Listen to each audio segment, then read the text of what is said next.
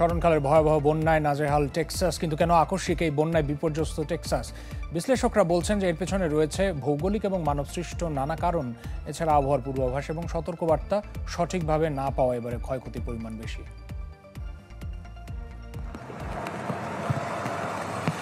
বাতাসে অবিশ্বাস্য মাত্রার আর্দ্রতা, যা মধ্য টেক্সাসের ওপর সৃষ্টি করে ঝোড়ো পরিবেশ। গভীর রাতে শুরু হয় প্রবল বৃষ্টি, তৈরি হয় আকস্মিক বন্যা পরিস্থিতি।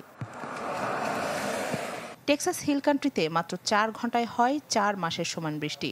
সকাল নাগাদ শুধু কের কাউন্টিতেই 305 মিলিমিটার বৃষ্টি, বছরের গড় বৃষ্টির চেয়ে যা অনেক বেশি।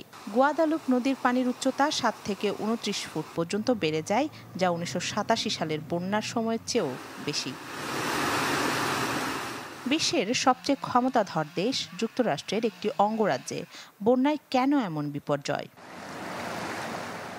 আবহাওয়াবিদরা বন্যার ঝুঁকির কথা জানালেও বৃষ্টির প্রকৃত তীব্রতা ছিল ধারণার বাইরে। পূর্বাভাসে ছিল না এত ভয়াবহ বৃষ্টির আভাস, যাতে অতিরিক্ত বৃষ্টিতে সৃষ্ট আকস্মিক বন্যায় দিশেহারা হয়ে যায় টেক্সাসের মানুষ। সতর্কবার্তা পেয়ে সরে যাওয়ার আগেই বন্যার ভয়াবহতার সম্মুখীন হতে হয় তাদের। ট্রাম্প ক্ষমতায় আসার পর national oceanic and atmospheric administration and national weather সার্ভিসে ব্যাপক কর্মী ছাঁটাইকে সঠিকভাবে পূর্বাভাস ও সতর্কবার্তা না দিতে পারার অন্যতম কারণ হিসেবে দেখছেন বিশ্লেষকরা।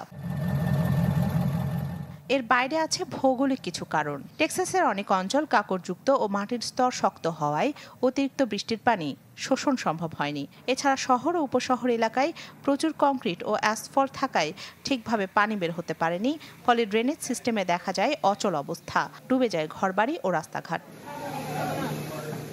আর টেক্সাস উপসাগরীয় অঞ্চল হওয়ায় হ্যারিকেন ও মৌসুমী ঝড়ের প্রভাব বেশি। এবারের গ্রীষ্মকালীন ঝড়টি ধীরগতির হলেও একই এলাকায় বেশিক্ষণ স্থায়ী হয়। সচরাচর এমন ঝড়ের গঠন ও গতিপথের পূর্বাভাস আগে থেকে দেয়া সম্ভব হয় না, ফলে আকস্মিক বন্যায় জনজীবনে নামে বিপর্যয়।